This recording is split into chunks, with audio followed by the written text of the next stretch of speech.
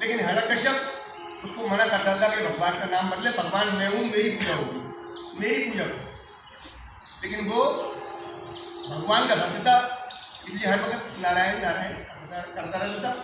लेकिन उस पिता ने अपने पुत्र को नारायण का नाम लेने की वजह से अनेकों बार मारने की कोशिश की, लेकिन भगवान ने उसकी रक्षा की, बचाया। जब कई बार ऐसा हो गया तो उसने कहा, सोचा मन में कि इसका कैसे भी इसका प्राणांत होना चाहिए, इस बालक को मेरे घर में रहने का कोई अधिकार नहीं। तो उसने अपनी बहन के साथ मिलकर एक साजिश रची। उसकी एक बहन थी हिरण्यकश्यप की, उसका नाम होलिका था।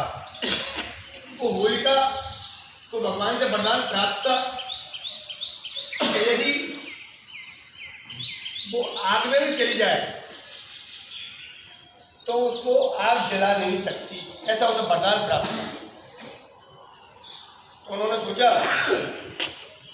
हिरण्यकश्यप ने, होलिका ने कि साजिश रची कि मैं प्रहलाद रूपी नाम का मेरा बालक है, इसको मैं अपनी गोदी में लेके और एक अग्नि में प्रवेश कर जाऊंगी तो मैं तो जलूंगी नहीं, लेकिन प्रहलाद जलकर खत्म हो जाएगा, इससे पेट छूट जाएगा। ऐसा मन में विचार कर उन्होंने बहुत बड़ा लकड़ियों का ढेर लगाकर उसमें अग्नि प्रज्वलित की और होलिका उस बालक को लेकर उस अग्नि में बैठ। भगवान की कृपा से होलिका ने उस बालक को लेकर गोदी में बैठ गई और होली में अग्नि ने उस होलिका को जला दिया। जब होलिका को अग्नि ने जला दिया, जलाने लगी तो होलिका ने ब्रह्मा जी से कहा कि प्रभु आपने मुझे कैसा वरदान दिया, ये झूठा हो गया। तो भगवान ने उससे कहा कि कोई भी वरदान, कोई भी सहयोग करने की किसी को भावना, किसी को आशीर्वाद अच्छे कामों के लिए मिलता है, बुरे कामों के लिए नहीं मिलता। और तुमने उस बालक को प्राण करने के लिए, उसको मृत्यु देने के लिए इसका प्रयोग किया है, इसलिए ये जो है वरदान आपका निष्फल हो गया है। और इस तरीके से वो प्रहलाद जो है बच जाता है और होलिका बस हो जाती है उसके अंदर।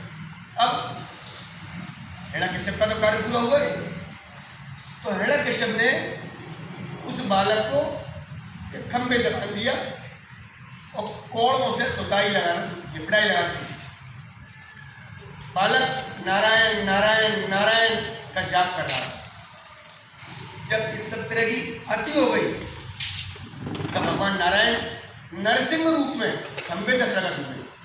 खंभा टूटा और उसमें से भगवान नारायण सिंह के रूप में प्रकट हुए। उन्होंने कहा था, हिरण्यकश्यप को ये वरदान था कि मैं जल में मरूं, न आकाश में मरूं, न पाताल में मरूं, न दिन में न रात में, न सुबह न शाम, न अंदर न बाहर, मैं कहीं भी मेरा प्राणांत ना हो, ऐसा मुझे वरदान भगवान ने दिया था।